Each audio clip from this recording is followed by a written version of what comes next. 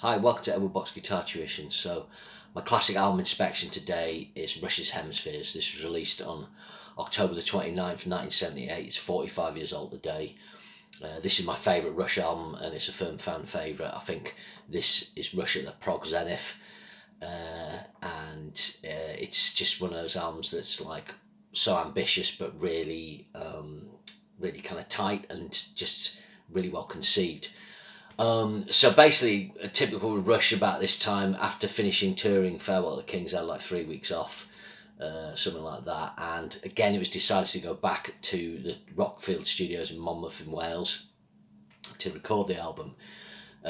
Mixing, they did the vocals at Advisor Studios in London, and mixing took place at Trident Studios in London. I think they used Advisor to mix Farewell to Kings. So again, this was a more drawn out process. They're actually recording it over like 6 weeks, I think, whereas Farewell to Kings only took 4 or maybe 5 or 6. And then when we went to the other studios, the eventual cost was $100,000 for the recording.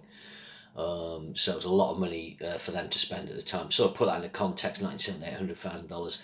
I would say that's probably $500,000 now. Maybe going even further, maybe $600,000-$700,000. I'm not sure. You'd have to put it in inflation calculator.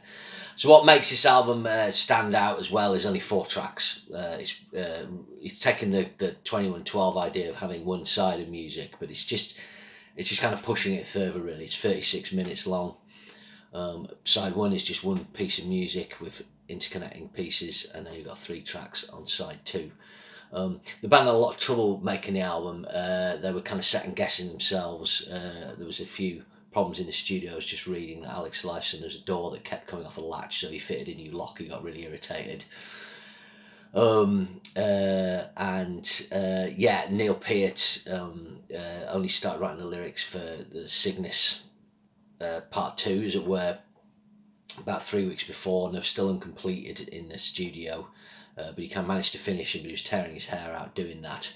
I think what you notice about the album first is its improved sound quality from Farewell to Kings in 2112. I think on my Farewell to Kings, when I looked at that last year, I talked about the kind of tepidness of the snare a bit. And here, like Terry Brown and Rush, he's harnessed a better drum sound for Neil. I think it really captures it really well. And obviously Geddy's bass is still spot on, and then Alex, again, the guitar's a little more punch to them, a little more drive to them than Farewell to Kings, but it's got that cleanness, that lovely chorus rhythm guitar sound that we've come to expect from Alex. So the opening track, Cygnus X1 Book 2 Hemispheres. So on the original Cygnus story, it was about a space journey, and at the end of it, it went down like a black hole.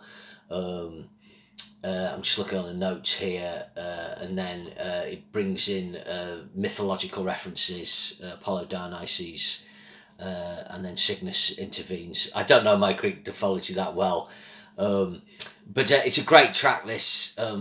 Again, it's just got that boldness. You've got basically it's 18 minutes long. You've got like the prelude, second part's Apollo, bringer of wisdom, Dionysus, bringer of love. That's one of the themes, like of the piece. Armageddon, the battle of heart and mind. Then Cygnus, the bringer of balance. So that's kind of Neil's ideas. That Cygnus comes along and he brings harmony to the conflicts that's been going on before that. The sphere, a kind of dream. And that would make up side when you just put on the album, and that'd be it. Again, this track's more melodic. It doesn't have the sort of nasty jagged edges of the original, the part 1 on Farewell to the Kings. Again, it's got those bold things where it kind of just breaks down into kind of sound effects as well. It's great. It's a great piece of music. It's just they've got it spot on. They've got the kind of length spot on. They've got each kind of movement, the way it all interconnects. And yeah, it's a real accomplishment for the band. So opening side 2, you've probably got the least well-known track on the album, but I just think this is a great track, Circumstances. And again, it shows the Rush's ability to write a short song that's catchy, that doesn't compromise. It's kind of progressive progressive rock roots, really. It's got some really crazy complex time signatures on this. Probably Geddy's highest, ballsiest vocal, I think, on the chorus. He's getting right up there. So people who don't like Geddy's voice won't like this track. But I'm guessing that's maybe why it wasn't played live as much. I mean, I could be wrong. Maybe it was played live back in the day. Obviously, diehard fans will know all this stuff, and set lists will be aware of that. But I imagine it was very hard to sing and play. I mean, it says here on Wikipedia, Brett attempt for the band to break away from the prog formula and into new directions on later albums. And yeah, I mean, I can see it's doing that short song format, but then again, Close to the Heart was a short song. They've always been able to do that. Rush do like a shorter song that's kind of more accessible, and I think this track is one of those. Then you got The Trees, probably one of their most famous tracks. Great, Alex gets out his nylon string again, and it's got a great sort of quasi kind of classical piece, you know, the guitar playing, and with Geddy's vocals. So this actually caused trouble for the band. I think there was an interview in NME around this time with Neil Peart. There's reference made to Ayn Rand. If you read into The Trees, left-wing commentators saw it as an attack on trade union politics. So in the 1970s in the UK, there's a big battle between trade unions and traditional working class organisations' values and the emerging individualism that will find its fruition in the vote for Margaret Thatcher and putting her into power in 1979. So, like I said, the media at the time is probably pretty left wing, I would say.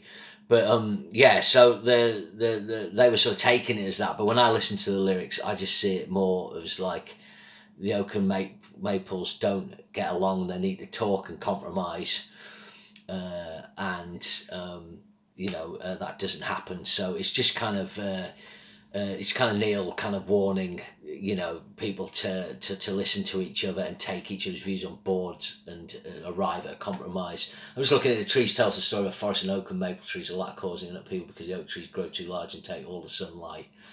The maple trees form a union in an effort to have the oaks cut down to small size. The song is political commentary of the domination of Canadian maples by the United Kingdom oaks. Lee explains that the fact that the band were recording whilst countryside set the overall tone for the song. And so on. So yeah, obviously, like Canada, it's part of a Commonwealth. But the Oaks taking over, like I think the trade union thing, kind of, you can see it's kind of a bit Animal Farm, isn't it? Some pigs are more equal. All animals are equal, but some animals are more equal than others. But like I say, I just see it more as the compromise thing. The album finishes with La Villa Strangiato. This fantastic instrumental. It shows the band at their peak in terms of playing, and it features an amazing guitar solo by Alex. It's one of not only his best solo, but it's one of the all-time solos. Really simple change. It's just going to the F chord in the key of A minor for the Lydian tonality, and then he switches back to the A minor, and he just builds something amazing over it, really, with fluid runs and really biting vibrato. So yeah, this was a very successful album for Rush. It went platinum, so it built on what they'd done up to this point. But it's the last like full on prog album they made. But I think it's their best, or close to their best, and hope you enjoyed that, and see you soon. Thanks.